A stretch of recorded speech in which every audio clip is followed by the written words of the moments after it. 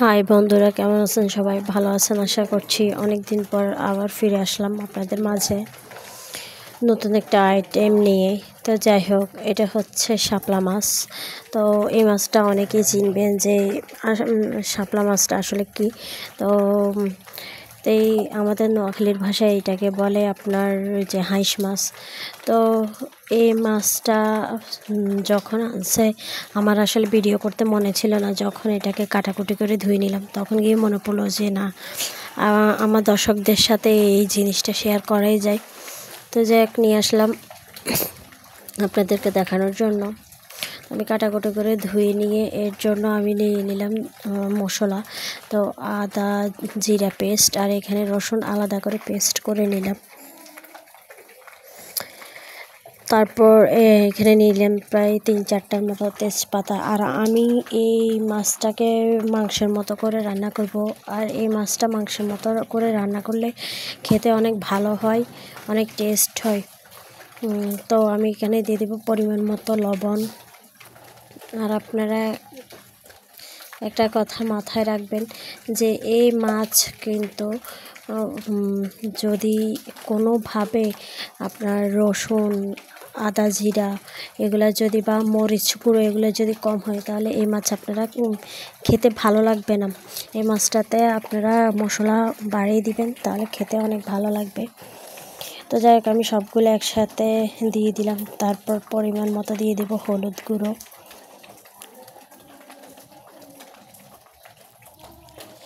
তারপর দিয়ে দেব পরিমাণ মতো মরিচ গুঁড়ো। আর মরিচটা আপনারা মনে রাখবেন একটু বাড়িয়ে দিবেন। এই মাছটাতে যদি মরিচ গুঁড়ো কম পড়ে তাহলে খেতে একদম ভালো লাগে না, একটু বাড়িয়ে দিবেন। কারণ এই মাছটা যখন আমরা কিন্তু একদম মাংসের মতো করে রাঁধছি, আর এই মাছ অন্যভাবে রান্নলে তেমন একটা ভালো লাগে না। এইভাবে আমি যেভাবে রান্না করতেছি ওইভাবে রান্না করলে যতটা ভালো লাগে। তারপর আমার ওই যে সয়াবিন তেল হাতের কষে পরিমাণে ওই যে 2 কোষ, আপনারা তো দেখতে পাইছেন কতটুকু দিলাম। 2 কোষ সয়াবিন তেল দিয়ে ভালো করে মাংসের মতো মেখে নেব। যদি এটা একদম মাংসের মতো সব কিছু হবে, শুধু একটু আলাদা একটা ডিফারেন্স আছে। তো সেটা হচ্ছে গিয়ে পেঁয়াজ। আমি পেঁয়াজ যেরকম আমরা মাংসের মধ্যে পেঁয়াজটা দিই, তো সেটা আমি দেব না এখানে, ওটা আলাদা করে রেখে দিয়েছি। তো আমার মাখা কমপ্লিট। দেখছেন আমার মাখাটা কতটা সুন্দর হয়েছে। তো তারপর এর জন্য আমি নিয়ে নেব পেঁয়াজ কুচি। আর পেঁয়াজটা নিয়ে নেব আমি প্রায় মাঝারি সাইজের 2টো পেঁয়াজ নিয়ে নেব।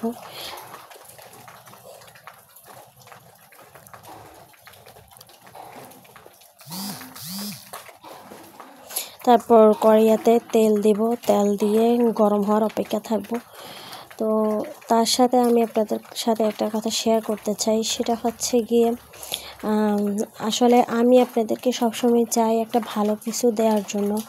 ভালো বলতে রেগুলার যেটা আমি তৈরি করি বা রান্না করি আমাদের নিয়মিত করে, আমি সেটাই আপনাদেরকে দেখানোর চেষ্টা করি। বাঙালি খাওয়া যাকে বলে, নোয়াখালীর খাওয়া একদম সেভাবে চেষ্টা করি দেওয়ার জন্য।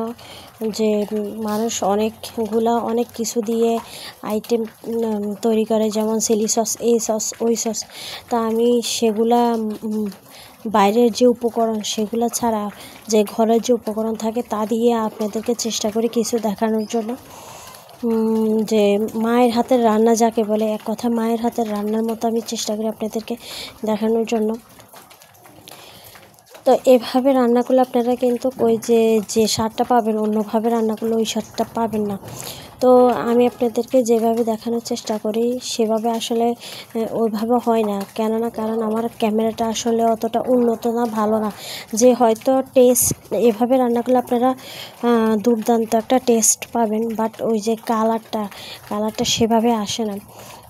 যে আমার অরিজিনাল কালার যদি আপনারা দেখতেন তাহলে যে গিয়ে বুঝতে পারতেন যে আমি মিথ্যে বলতেছি নাকি সত্যি বলতেছি। এখানে হয়তো কালারটা এতটা ভালোভাবে আসে না, কিন্তু কালারটা সত্যি অসাধারণ আসছে।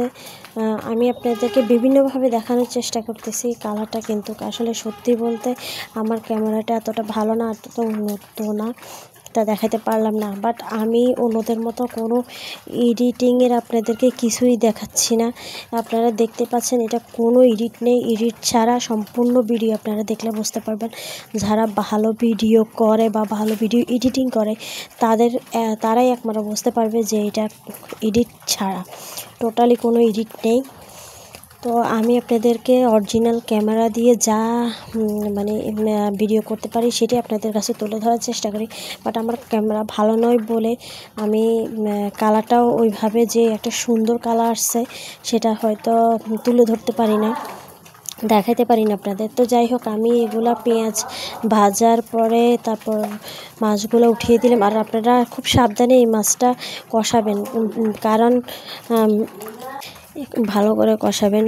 আর এই মাছটা খুবই আপনার সফট, নরম, যে কোনোভাবে ভেঙে যেতে পারে, তাহলে আপনার সাবধানে কাজটা করবেন একটু। আমি আসলে আপনাদেরকে সব সময় এক হাত দিয়ে ভিডিও করি, আরেক হাত দিয়ে রান্না করি, যার কারণে আমার ভিডিওটাও ভালো হয় না।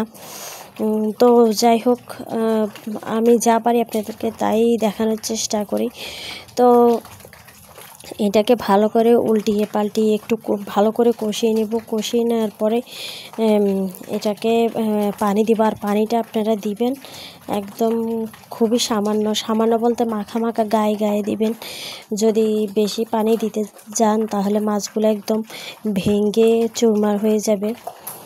তো আমি কিভাবে কতটুকু পানি দিলাম সেটা আপনারা খেয়াল করে দেখেন। আমি কিন্তু বেশি পানি দিইনি, জাস্ট গায়ে গায়ে। তারপর হালকা করে খুন্তি দিয়ে তলাতে একটু নেড়ে দিবেন, কারণ এটা মাছটা নিচে লেগে যাওয়ার সম্ভাবনা থাকে। তো অনেকক্ষণ পর পর, কিছুক্ষণ পর পর আপনারা খুন্তি দিয়ে একটু নিচে দিয়ে নেড়ে দেওয়ার চেষ্টা করবেন। আর খুবই আলতোভাবে, আলতো হাতে আপনারা নেড়ে দেওয়ার চেষ্টা করবেন।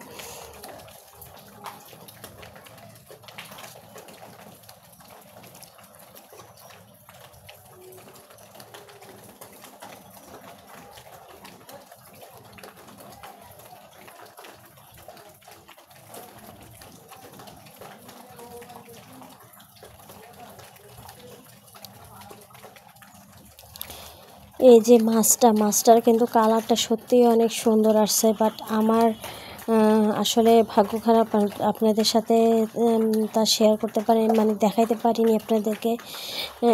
মানে কালারটা কত সুন্দর আসছে সেটা আমি একমাত্র দেখলাম, বাট আপনাদেরকে দেখাইতে পারলাম না, এটাই আফসোস।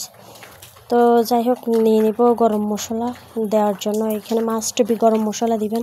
আমি 3টে এলাচি নিয়ে নিয়েছি, আর দারচিনি এলাচি দেখতে পাচ্ছেন কতটুকু নিলাম। ভেঙে ভুঙে একটাকে একটাকে অর্ধেক করে নিলাম।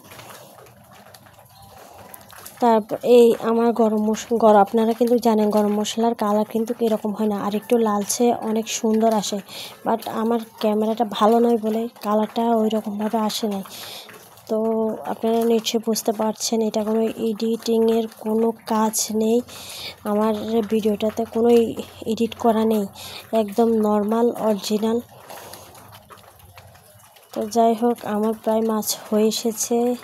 আপনাদেরকে বারবার বললাম যে যদি না লেগে যায় ভিতরে আস্তে দিয়ে অনেক ধীরে ধীরে চেষ্টা করবেন জিনিসটাকে যে খুন্তি দিয়ে নেড়ে চেড়ে দেওয়ার, যেন তলা নিতে না লেগে যায়। তো আমার রান্না কমপ্লিট। এবার দারচিনি এলাচি আমি দিয়ে দেব।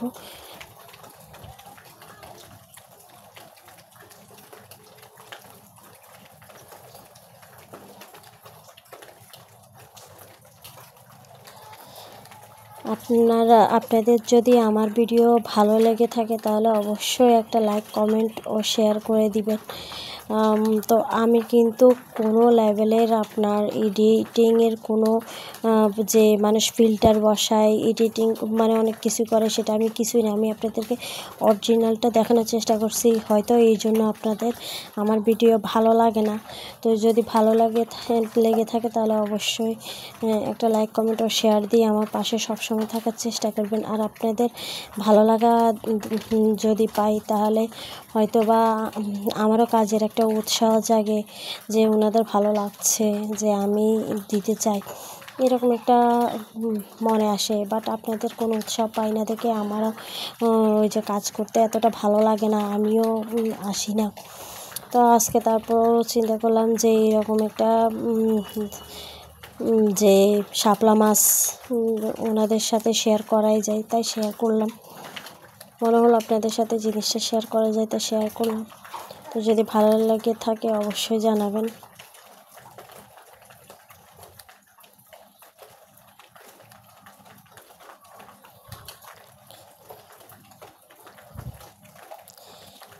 আমার রান্না কমপ্লিট।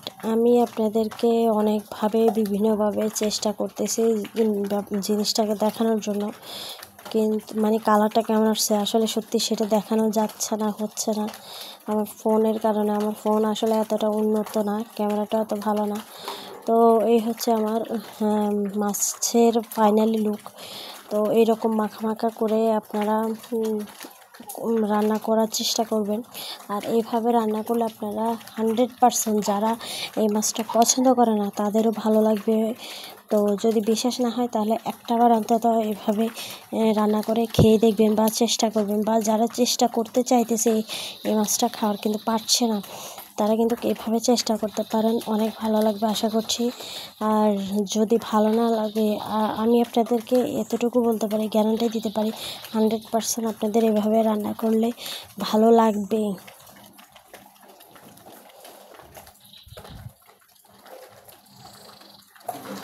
তো যাই হোক, সবাই ভালো থাকবেন, সুস্থ থাকবেন।